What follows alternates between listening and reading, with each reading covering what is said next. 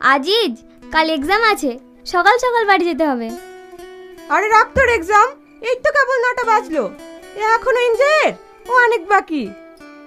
কালকে উচ্চ মাধ্যমিক পরীক্ষা, পড়াশোনার তো দরকার আছে। হ্যাঁ, এমএলএর ছেলে পরীক্ষা দেবে, তাকে আবার পড়তে হবে নাকি? ঠিক বলেছিস।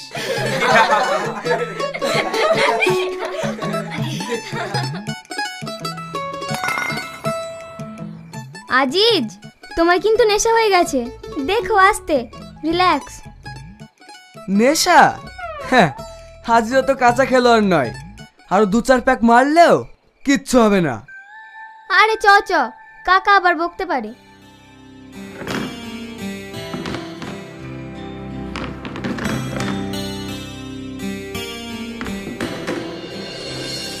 আয় শাহিন, খেইলে সারা রাত পড়াশোনা করবি নাকি? এই তোমার হয়ে এসছে, এই চ্যাপ্টারটা শেষ করেই খাবো, ভালো রেজাল্ট করতে হবে না? আব্বার স্বপ্ন আমাকে সফল করতেই হবে। ঠিক আছে, খেয়ে এসি না হয় পড়িস। ঠিক আছে মা, তুমি চলো, আমি আসছি।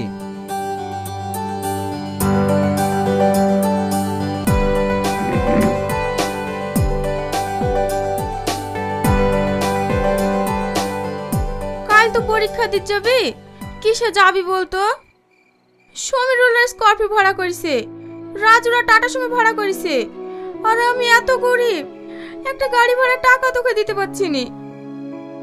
তুমি চিন্তা করো না মা, আব্বার যে পুরনো সাইকেলটা আছে ওইটা নিয়ে আমি পরীক্ষা দিতে যাব। এতটা রাস্তা তুই সাইকেলে যাবি? আমি পারবো মা, তোমার দোয়া আছে না।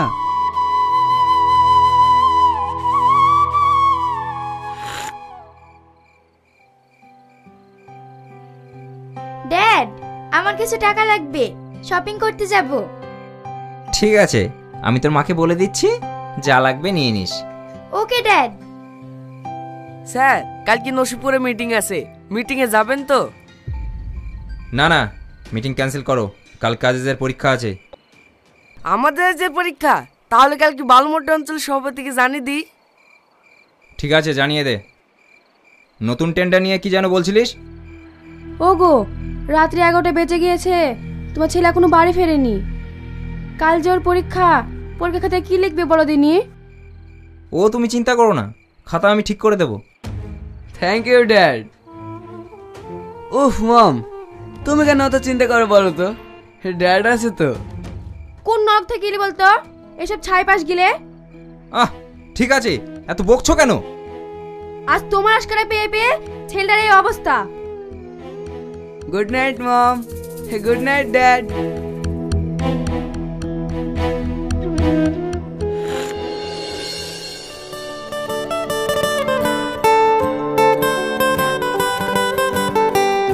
এই দাঁড়া, কোথায় যাচ্ছি?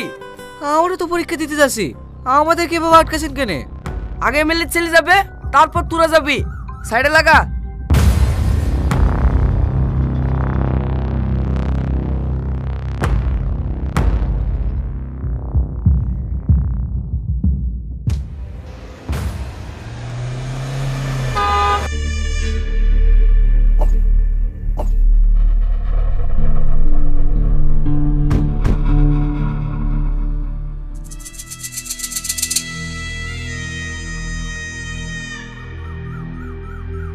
Welcome sir. আসুন আসুন, ভিতরে আসুন।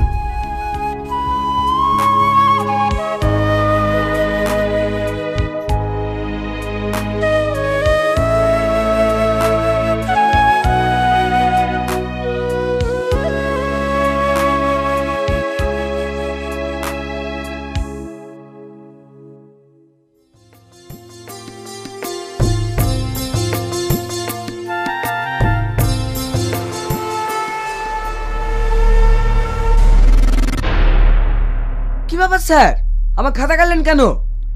চুপ! এখানে পরীক্ষা দেওয়া হচ্ছে না ফাজলামো করা হচ্ছে? আমি তো পরীক্ষায় দিচ্ছি, আপনি খাতা কাটলেন কেন? পরীক্ষার হলে বই দেখে দেখে লেখা হচ্ছে, বেরিয়ে যা পরীক্ষার হল থেকে। স্যার, আপনি কিন্তু ভুল করছেন। কোনটা ঠিক আর কোনটা ভুল সেটা কি তোর কাছ থেকে শিখতে হবে? আপনি আমাকে চেনেন না, চিনলেই খাতাতে হাত দেওয়া শ্বাস পেতেন না। আপনি জানেন আমি কার ছেলে? তুই কার ছেলে সেটা জানার আমার কোনো প্রয়োজন নেই।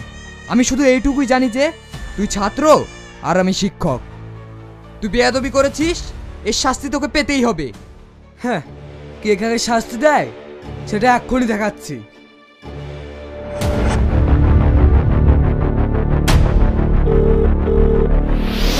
হ্যালো ড্যাড, এখানকার একটা শিক্ষক আমার খাতা কেড়ে নিয়েছে আর বেয়াদবি করছে। তুই পরীক্ষার হলে মোবাইল নিয়ে এসেছিস? শুধু মোবাইল নয় স্যার,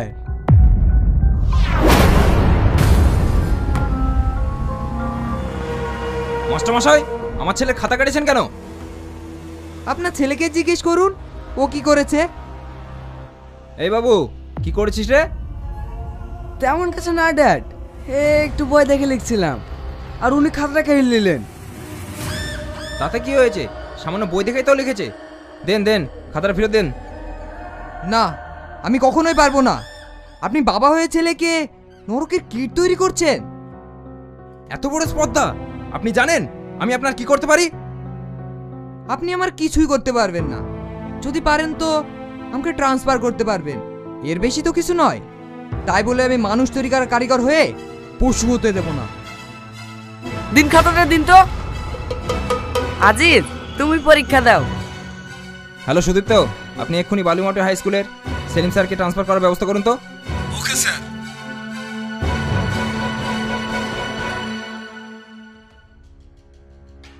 স্যার, দুঃখ করবেন না।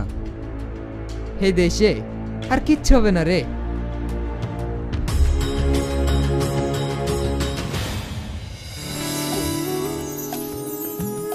কি গো লেট মাস্টার, এত লেট কেন? আমি যে কখন থেকে তোমার জন্য ওয়েট করছি। তুমি তো সবই জানো, সে ছোটবেলায় আমার আব্বা আমাদেরকে রেখে মারা গেছে। আমার মা পরের বাড়ি কাজ করে আমার পড়াশোনার খরচটুকু চালায়। কিন্তু দেখো, আজ আমি আমেরিকার সব থেকে বড় কলেজে চান্স পেয়েও টাকার অভাবে আব্বার স্বপ্নটুকু পূরণ করতে পারছি না। কত টাকা লাগবে তোমার? শুনে তুমি কি করবে বলো? বলো না কত টাকা লাগবে। 10 লক্ষ টাকা। টাকা আমি দেব। এত টাকা তুমি কোথায় পাবে? তোমার সব কথা আমি মাকে বলেছি। তোমার আমেরিকা যাওয়ার সব ব্যবস্থা আমি করে দেব। তুমি শুধু আমাদের গর্ব না, আমাদের দেশের গর্ব। কি গো, তোমার চোখে পানি? আনন্দের পানি সালমা, এটা আমার আনন্দের পানি।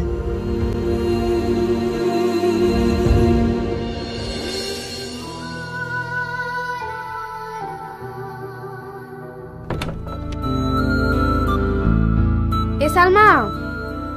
হ্যাঁ মা। এখন অসময় শুয়ে আছিস কেন? জানো মা, আজকে শাইনের কথা খুব মনে পড়ছে। হ্যাঁ, তখন তাহলে ওর কথাই ভাবছিলিস? মা তুমিও না?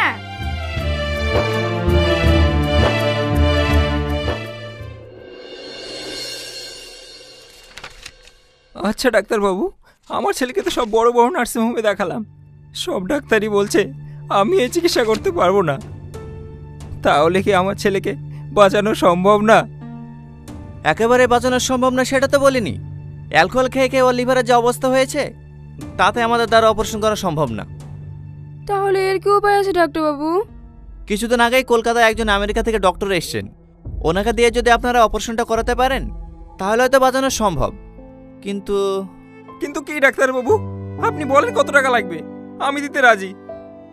আমরা ওনার সাথে যোগাযোগ করার অনেক চেষ্টা করেছি, কিন্তু ওনার অ্যাপয়েন্টমেন্ট পাওয়া তো খুবই কঠিন। আপনি দয়া করে একটা অ্যাপয়েন্টমেন্টের ব্যবস্থা করে দিন না ডাক্তারবাবু। আমি আপনাদেরকে একটা স্কুল মাস্টারের নাম্বার দিচ্ছি, আপনারা ওনার সাথে যোগাযোগ করুন। ওই ডাক্তার কি স্কুল মাস্টারের কথা শুনবে? অবশ্যই শুনবে। আমি যতটা শুনেছি ওই মাস্টার মশাইয়ের কাছেই নাকি ডাক্তারবাবু পড়াশোনা করেছেন। আপনি একবার এই নাম্বারটা ফোন করে দেখুন।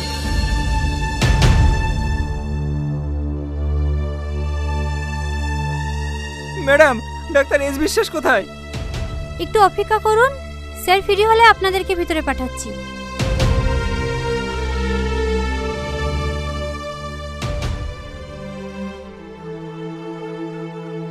নেক্সট। আপনারা ভিতরে যান।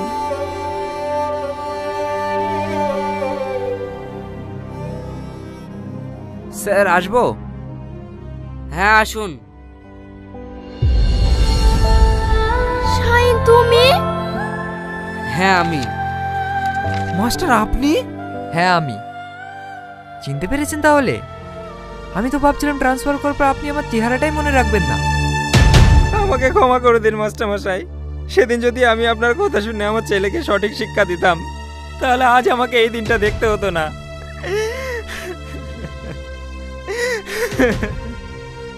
সেদিন আপনার ছেলেকে আমি সঠিক শিক্ষা না দিতে পারলেও এই ছাত্রটাকে দিতে পেরেছিলাম, তাই ও আজ এত বড় জায়গায় পৌঁছেছে। আজ স্যারের কথা শুনেই আমি আপনাদের সঙ্গে দেখা করছি। আমি ভুল করে ফেলেছি মাস্টার মশাই, আমি ভুল করে ফেলেছি। দরকার হয় জুতোগুলো আমার গালে মারুন, তবু আমার ছেলের প্রাণ ভিক্ষাটা দিন। এমএলএ সাহেব, আমার মন তো নিচু না যে নিজের প্রতিশোধ নেওয়ার জন্য একটা মানুষের প্রাণ যেতে দেব। স্যার ঠিকই বলেছে, উনিই আমাকে আজের অপারেশনটা করার কথা বলেছে, আর আমি এই অপারেশনটা অবশ্যই করব। শাহিন, তুমি এত বড় ডাক্তার হয়ে দেশে ফিরেছো, আমাকে একবার জানাওনি? ওসব কথা পরে হবে, এখন আজ যা রিপোর্টগুলো দাও।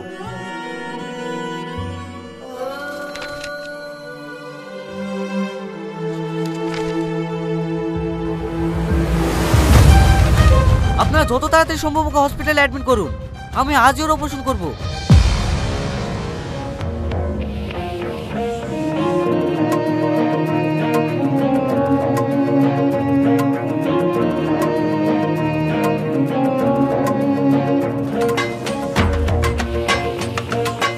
কি হলো শাহিন? বাবু কেমন আছে? বলো বাবু কেমন আছে?